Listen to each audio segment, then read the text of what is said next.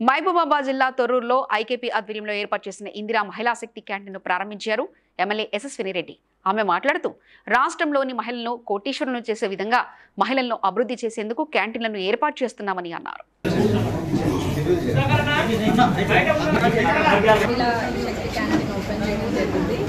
మరి మహిళలందరూ కూడా ఎంతో ఉత్సాహంగా పాల్గొన్నారు. అంటే మహిళలు వాళ్ళని ముందుకు తీసుకెళ్లాలని చెప్పి ఎంకరేజ్ చేయడానికి చాలామంది వచ్చింది. మరి మేము టేస్ట్ చేసినాం, వాళ్ళు చేసినవి స్నాక్స్ బాగున్నాయి. అందులో వాళ్ళు మహిళలు ఏంటంటే హైజీన్ ఫుడ్ కొంచెం క్వాలిటీతోటి మెయింటైన్ చేసి చేస్తున్నారు, అది కూడా ఇంట్లో చేస్తున్నారు.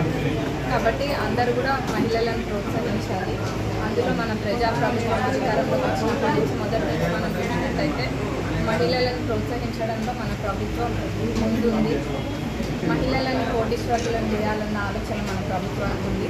సంవత్సరం పూర్తయింది. మన సంవత్సరం ఉత్సవాలలో కూడా వరంగల్లో మన దగ్గర మహిళలది మీటింగ్ పెట్టడం జరిగింది. అది బ్రహ్మాండంగా జరిగింది. ఫస్ట్ ప్రాధాన్యతను ఇచ్చేది మాత్రం మహిళలకి గెలిచి జరిగింది ప్రభుత్వం. ఆరోగ్యశ్రీ పరిమితిని కూడా 5 లక్షల నుంచి 10 లక్షలకు పెంచడం జరిగింది. ఇల్లులు కూడా వస్తున్నాయి. నియోజకవర్గానికి 3500 ఇల్లులు. అది కూడా అర్హులైన వాళ్ళకి, పేదవాళ్ళకి వచ్చే విధంగా ప్రభుత్వం ఆలోచన చేస్తుంది. అంతేగాని గత ప్రభుత్వంలాగా మొహన్ చూసి బొట్టు పెట్టారు మా ప్రభుత్వం. ఎవరే పార్టీ అన్నది కాదు, అర్హులైన వాళ్ళకే పథకాలన్నీ కూడా అందేటట్టుగా చూస్తాం. మరి రుణమాఫీ ఇప్పటికీ 21,000 కోట్ల రుణమాఫీ అయితే ఇంకా 10,000 కోట్లు కూడా అతి త్వరలో చేస్తాం. మరి అట్లనే వేరేవన్నీ ఇప్పుడు బోనస్ వస్తుంది. మీరు బోనస్ కూడా చూస్తున్నారు. బోనస్ ఒక్కొక్కరికి 1,00,000 పడుతుంది, 30,000 పడుతుంది, 20,000. అంటే ఎవరెంత పంట పండించుకుంటే అంత. అది పక్కాగా కష్టపడ్డ రైతులు ఎవరైతే ఉంటారో వాళ్ళకి ఆ డబ్బు అందుతుంది. కానీ కొండలకి, రాళ్ళకి, రప్పలకి డబ్బులు అందుతాయి. గతంలో లెక్క కష్టపడ్డ రైతుకు ఆ డబ్బులు అందుతున్నాయి.